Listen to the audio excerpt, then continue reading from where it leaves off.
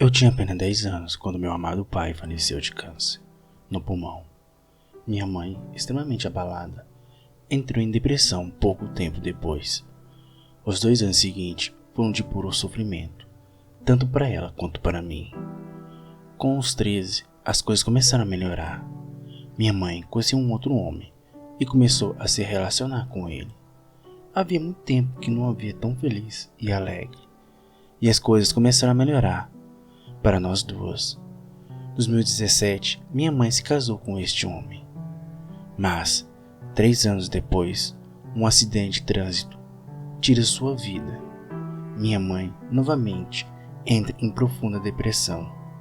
Mas isto não era o pior se comparado com o que ocorreu 6 meses depois. Da forma mais dolorosa e traumática possível, perco completamente o meu chão. Minha mãe, minha adorada mãe, foi assassinada bem na minha frente. É difícil para mim compartilhar isso, mas preciso que vocês entendam, através da minha história, como as coisas são muito mais complexas e brutais. Meses antes do falecimento de minha mãe, uma série de assassinatos ocorreu em nossa cidade.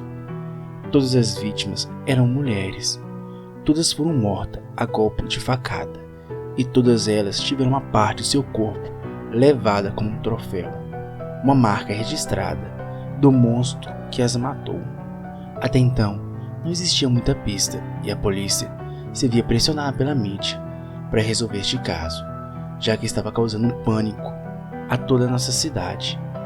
Porém, foi justamente comigo e minha mãe que essa investigação policial teve um desfecho.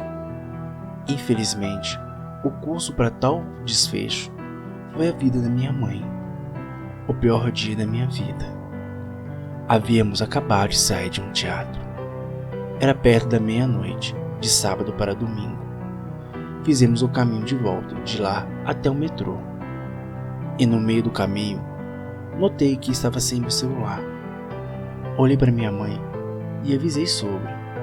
Ela me disse para que eu voltasse correndo ao teatro, pois provavelmente estava lá. Enquanto isso, ela me esperaria ali, naquela estreita rua que cortava uma avenida a outra, por entre 2 prédios, a 2 quarteirão do teatro. Eu disse a ela que já voltava, virando as costas e indo acelerado, de volta ao teatro. Quando eu virei à esquerda na ponta deste quarteirão, eu esbarrei com um homem, e automaticamente eu perdi perdão pelo esbarro. Foi quando olhei para o seu rosto. O tempo pareceu desacelerar, enquanto em seu rosto se formava um sorriso amarelado. Segui meu caminho de volta ao teatro, e quando cheguei, não fiquei nem 2 minutos, pois alguém havia encontrado meu aparelho e deixado na recepção, e com pressa fiz o caminho de volta até minha mãe. Antes de chegar à rua estreita, a qual havia deixado minha mãe esperando, eu senti um nó na garganta e um arrepio no corpo. Apertei os passos, mais do que já estava apertado. Em menos de minutos, eu estava novamente naquela rua. Mas minha mãe não estava lá. Apenas escuridão e o silêncio preenchia aquela rua, coisa que eu mal havia notado antes de deixar minha mãe sozinha naquele local. Eu continuei caminhando e já estava quase na metade da quadra, quando ouvi um gemido abafado e o som de algo caindo no chão. Eu andei lentamente observando a minha volta. Havia mais à frente uma caçamba de lixo e um pouco a mais à sua frente um portão que dava de entrada para os fundos de um antigo prédio abandonado. Assim que estive próximo o suficiente, notei que aquele portão estava entreaberto, e no mesmo instante ouvi um leve e abafada súplica de socorro. Era minha mãe. Eu empurrei aquele portão com força e adentrei. Havia uma escadaria que levava para uma porta no piso de cima, e abaixo uma outra porta metálica. O som pareceu vir de cima, e eu subi pelas escadas, com medo, mas desesperado, com o que estivesse acontecendo com a minha mãe. Eu cheguei à porta e abri de supetão. Meus olhos e cabeça faziam o mesmo movimento, vasculhando o local, mal iluminado.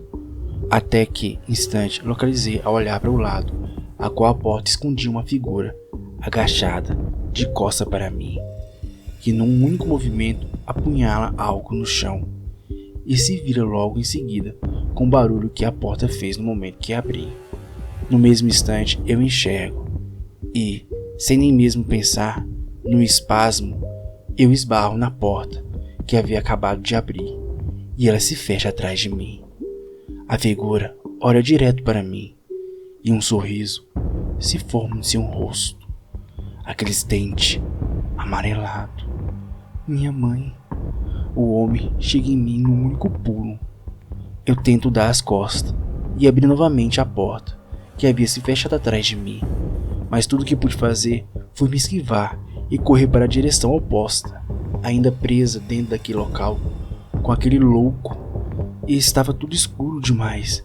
Eu tropeço e caio no chão, e ele logo se joga em cima de mim, e me imobiliza. Estico minha mão em direção ao corpo de minha mãe, caída ao chão, e suplico por ajuda, mas ela permanece imóvel. Mãe, mãe. Mas que ótimo dia, ele disse enquanto encostava sua lâmina em meu pescoço, e ao aproximar seu rosto próximo do meu, sussurrando em minha orelha. Você atrapalhou a minha diversão com aquela ali. Ele fez uma pausa, enquanto acariciava o meu rosto. A luz da janela, agora, iluminava sua face, e eu conseguia ver através dos seus olhos que ele era insano, um psicopata. Ele iria me matar ali, naquele chão frio. Bem no momento que eu mais gosto. Ele inspirou profundamente e soltou um ar quente e pudréfico ao lado do meu rosto. Ele encostou mais seu corpo no meu, e eu pude sentir uma protuberância em seu abdômen, justamente onde ele estava apoiando com sua cintura. Sabe, eu já estava todo excitado, mas devo ser sincero com você. Meu tesão agora só aumentou. Eu suplico, por favor, não. Não, por favor. Mas as minhas súplicas não valeu de nada, e sua mão subiu por debaixo da minha camisa. Naquele instante, eu vi que se não fizesse nada, eu estaria morto. Eu precisava sair dali. Minha mãe estava caída. Eu precisava ajudá-la. Enquanto ele me apalpava e baforava em meu rosto um cheiro de morte horrível, eu vasculhava discretamente o chão com a mão, em busca de algo. E quando finalmente encontro, eu desferi um golpe em seu rosto. Ele cambaleou para o lado. A faca estava em meu pescoço, me provocou um corte no mesmo instante. Eu me levantei num pulo e disparei em direção à porta, abrindo sem olhar para trás. Eu mal tinha atravessado e ele me agarrou pelo tornozelo, me fazendo cair antes do primeiro degrau. Eu chuto sua mão, que me solta. Tento me levantar, mas eu caio novamente assim que piso em falso o primeiro dos degraus.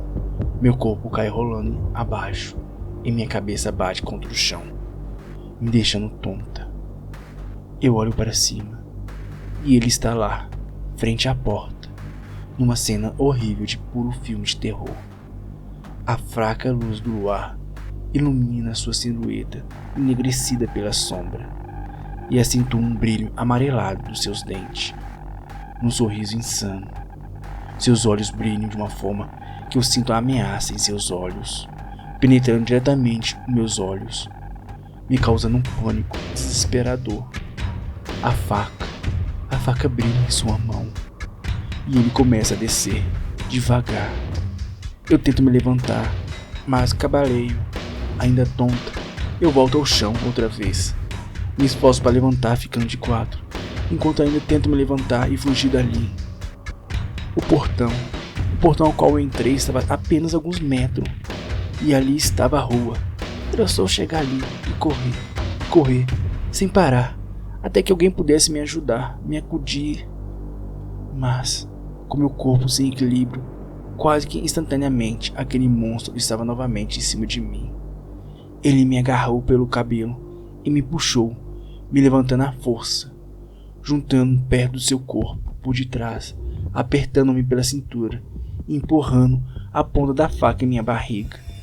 Meus instintos gritavam em onda de adrenalina, de medo, exigindo que se esforçava para se livrar e fugir daquele monstro. Sem me dar por vencida, me debato com os braços e tento me livrar dele. Nesse instante, ele bufa e pressiona a lâmina com força, ao ponto de atravessar as minhas vestes e perfurar minha barriga. Tamanha foi a dor e minha reação ao ser esfaqueada, eu acabei lhe dando uma cotovelada que acertou diretamente seu queixo. Ele me soltou. Cambaleei por alguns poucos passos, ainda com a mão na faca que permanecia em minha barriga. Volta aqui, sua cadela imunda. Ele profere, me puxando pelos cabelos mais uma vez. Mais uma vez eu vou ao chão, mas ele se atrapalha e cai por cima de minhas pernas. Eu me viro numa última tentativa de me esgueirar dali. A faca raspa no chão, machucando ainda mais a minha barriga.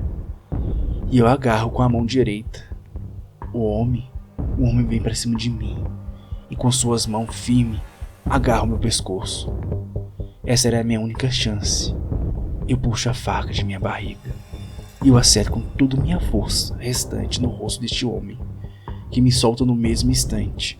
Ele cai pelo lado e começa a gritar, se contorcer de dor. A faca ainda em seu rosto. Eu me arrasto em direção ao portão, me apoiando e ficando sentada. Inspiro e expiro profundamente, enquanto o homem, ainda se contorcendo, cai ali no chão.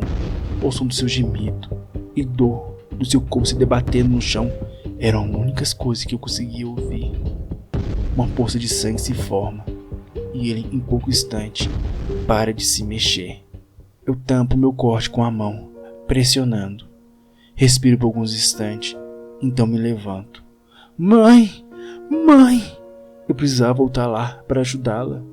Com 2 passos me aproximo do cadáver caído no chão e observo.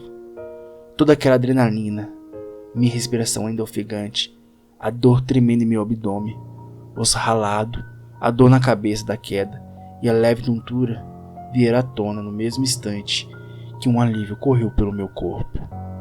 Aquele monstro estava morto, mas tudo aquilo parecia um sonho, ou melhor, um pesadelo.